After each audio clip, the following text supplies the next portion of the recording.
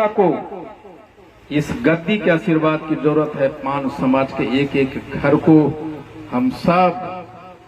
हम अगर कबीरपंथी नहीं भी है तो भी कबीर से दूर नहीं हो पा रहे हैं, क्योंकि उनका मुझे खुशी है, थोड़ी सी बेअदबी हुई है कि मंत्र गद्दी की तरफ से आदेश था कि सिर्फ IP गुप्ता को इस पे चढ़ाया जाएगा और हम सबों ने जबरदस्ती यहाँ आ गया है, इसलिए मैं माफी मांगता हूँ आपसे। कि हमारे लोगों को ये समझना चाहिए था कि भाई चेहरा दिखाने के लिए IP गुप्ता यहाँ थोड़े आया है। IP गुप्ता अपना सर झुकाने आया और आशीर्वाद मांगने आया है। बिहार ही नहीं, भारत में जितने भी गद्दियां हैं कबीर के पंथ के, मैं आपसे अनुरोध करता हूं कि आप मेरी वकालत कीजिए, उसे आशीर्वाद देने के लिए कहिए। इस आरक्षण की लड़ाई में IP गुप्ता और पान समाज को साथ दें। बहुत बहुत धन्यवाद। मैं ये भाषण का मंच नहीं बनाना चाहता, एक बार फिर से माफी मांगते हुए आपसे क्षमा चाहता हूँ। हमारे लोग यहाँ पे जबरदस्ती चढ़ गए। बहुत बहुत धन्यवाद। Thank you very much.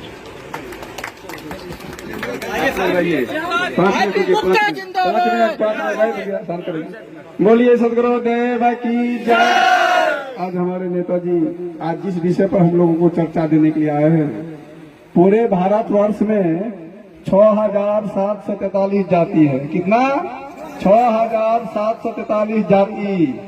आज यह इस मंच से जो हमारे नेताजी का आह्वान निकला, इस मंच पर चढ़ने का अधिकार नहीं था हमें। हम लोगों को छोटे छोटे टुकड़े टुकड़े में बांट करके आज शिक्षा पर अधिकार देख लीजिए किनका है, आज केंद्र पर अधिकार देख लीजिए किनका है। हम लोग 87% में है। कितना? 97% कहिए, 97 पूरे भारतवर्ष में। आज 97% में हम लोग हैं। हम लोग 10 जगह भी मौजूद नहीं है। हम लोगों की स्थिति इतना दयनीय है। सदगुरु कबीर साहब ने कहा कि मूर्ति पूजना महापाप है। आज हम लोग सदगुरु कबीर साहब की मूर्ति को पूज रहे हैं। आज हम लोग शूद्र समाज से आते हैं। हम लोग 97% में है। आज कोसी जोन की ताकत होनी दिखाना चाहिए वर्ग केंद्र में, हमारे पास कितना ताकत है। लेकिन आज स्थिति है इस समाज की, हम अपने महापुरुषों को भूल गए हैं। आज हम अपने महापुरुषों को याद नहीं करते हैं। आज हम याद करते हैं राम जी को, हनुमान जी को। आज अयोध्या जी में मंदिर का निर्माण हुआ है ना, वहाँ 208 मूर्ति बना हुआ है। अयोध्या जी पहले साकेत नगरी के नाम से जानते थे। भगवान बुद्ध का वहाँ तपस्थली था, वो अयोध्या जी पहले नहीं था।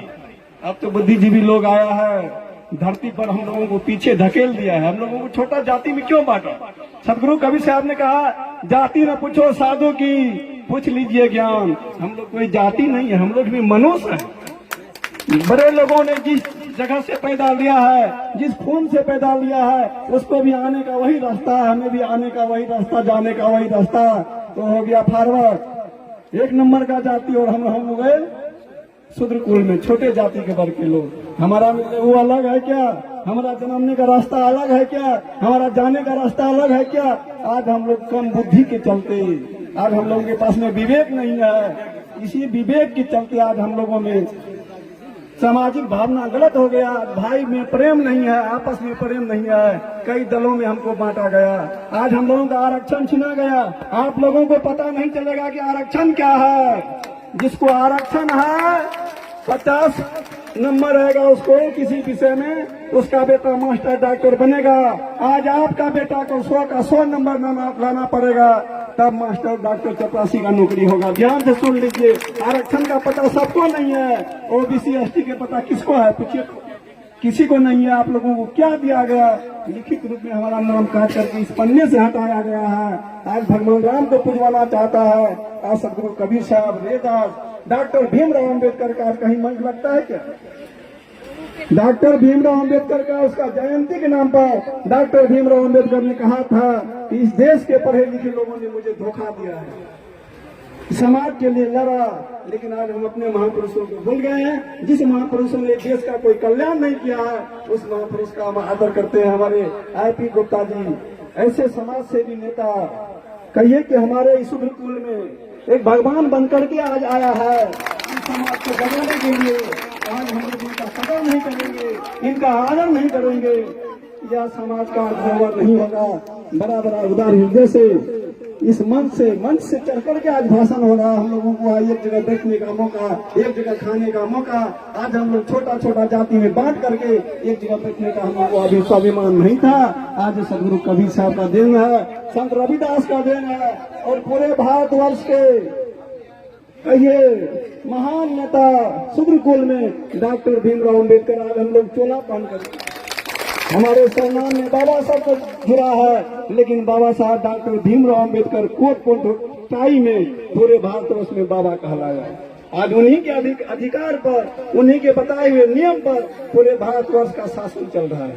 आज ऐसे ऐसे महापुरुषों का हम लोग नाम नहीं जानते हैं, ज्यादा समय को नहीं गंवाते भी हम साधु समाज की तरफ से। मैं तो डरा डरा बोल रहा था ना कि क्या बोलूं क्या ना बोलूं, गद्दी की बेअदबी हो जाएगी, लेकिन जब हुजूर ने बोल दिया है सारी बातें तो मुझे लगता है कि एक दो बात और बोल सकता हूं। मैं तो डरा हुआ था कि कैसा न निकल जाए, गद्दी की अपमान न हो, लेकिन जो दिल की भड़ास मेरी थी हुजूर ने निकाल दिया, इसके लिए बहुत बहुत धन्यवाद आपका। लेकिन इस गद्दी पे बैठ के मैं आपको बोल रहा हूँ, यहाँ से बोल रहा हूँ जहाँ से भगवान हमारे आराध्य कबीर जी का विराजमान है, कहीं न कहीं उनकी आत्मा विराज। मैं उस रास्ते पे चल पड़ा हूँ जहाँ से आरक्षण हमें दिखाई पड़ रहा है वो वापस आ रहा है। और इस गद्दी पे बैठ के कह रहा हूँ, यहाँ से खड़ा होके कि दुनिया इधर से उधर हो जाए, आईपी गुप्ता सिर्फ और सिर्फ आरक्षण के लिए जिंदा है और उसको लेकर आएंगे।